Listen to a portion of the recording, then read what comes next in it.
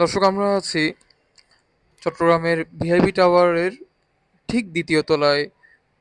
আউটডোরের যে এসিটি আপনারা দেখতে পাচ্ছেন, বর্তমানে এখানে এই এসিটি এখন সম্পূর্ণ ভঙ্গুর অবস্থায় এখানে আছে। এটি বিস্ফোরণের ফলে আসলে এরকম অবস্থা হয়েছে।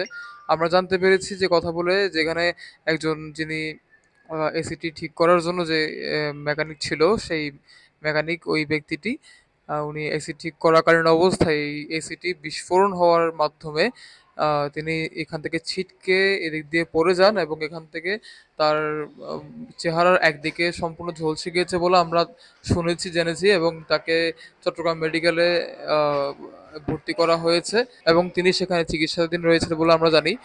আহ, আমরা যদি আপনাদেরকে আরেকটু করে দেখাই যে এখানে এই এসিটির আসলে কি অবস্থা। আমরা দেখতে পাচ্ছি যে এই এসিটি সম্পূর্ণরূপে আসলে বিস্ফোরণ হয়ে ভঙ্গুর অবস্থায় পড়ে আছে এখানে।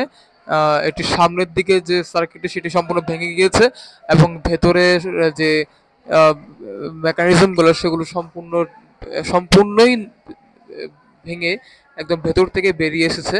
এবং এটি এমনভাবে বিস্ফোরণ হয়েছে, বোঝা যাচ্ছে যে যিনি ঠিক করছিলেন তিনি কি পরিমাণ আহত হয়েছেন গুরুতরভাবে।